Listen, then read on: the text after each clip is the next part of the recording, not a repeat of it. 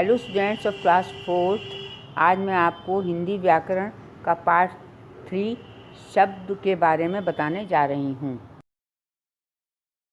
आज बच्चों हम आपको हिंदी व्याकरण का चैप्टर 3 शब्द के बारे में समझाएंगे। पहले हम बताएंगे कि शब्द क्या होता है, शब्द किसको कहते हैं। दो या दो से अधिक वर्णों के सार्थक मेल को ही शब्द कहते हैं। शब्दों को कई आधारों पर बांटा जाता है। पहला है अर्थ के आधार पर, तो हम इसको बताएंगे अर्थ के आधार पर शब्दों को कैसे बांटा जाता है।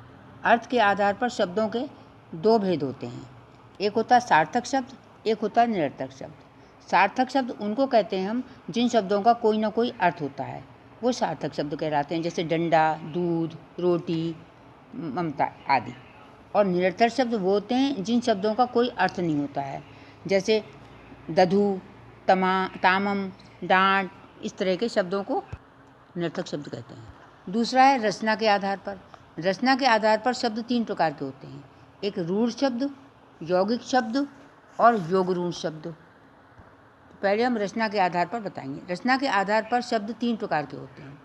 रूढ़ शब्द, जिन शब्दों के टुकड़े करने पर टुकड़ों का कोई अर्थ नहीं निकलता, रूढ़ शब्द कहलाते हैं, जैसे पानी, चित्र, मकान आदि।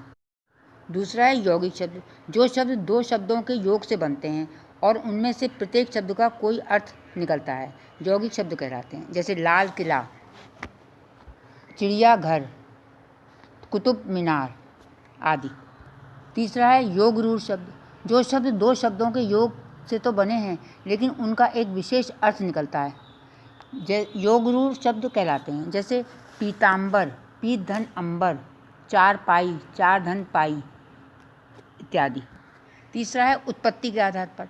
उत्पत्ति के आधार पर शब्द चार प्रकार के होते हैं। एक है देशज शब्द, ऐसे शब्द जिनकी उत्पत्ति अपने ही देश में हुई है, देशज शब्द कहलाते हैं, जैसे गुड़िया, कटोरा, खिचड़ी आदि। दूसरा है विदेशी शब्द, विदेशी भाषाओं के वे शब्द जो हिंदी भाषा में प्रचलित हो गए हैं, विदेशी शब्द कहलाते हैं, जैसे मास्टर, चम्मच, मुफ्त आदि।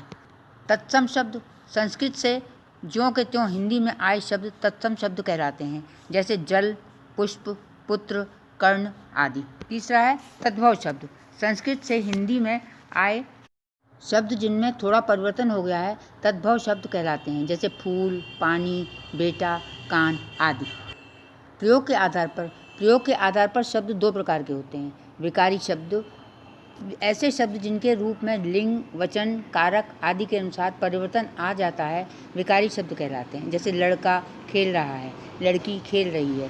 इसमें लिंग परिवर्तन होने के कारण लड़का, लड़की तथा रहा, रही शब्दों में परिवर्तन आ गया है, अतः ये विकारी शब्द कहलाते हैं। ये चार प्रकार के होते हैं, संज्ञा, सर्वनाम, विशेषण और क्रिया। विकारी शब्द ऐसे शब्द जिनके रूप में लिंग, वचन, कारक आदि के अनुसार कोई परिवर्तन नहीं होता, अविकारी शब्द कहलाते हैं। ये शब्द भी चार प्रकार के होते हैं, क्रिया, विशेषण, संबंधबोधक, समुच्चयबोधक, विस्मयबोधक।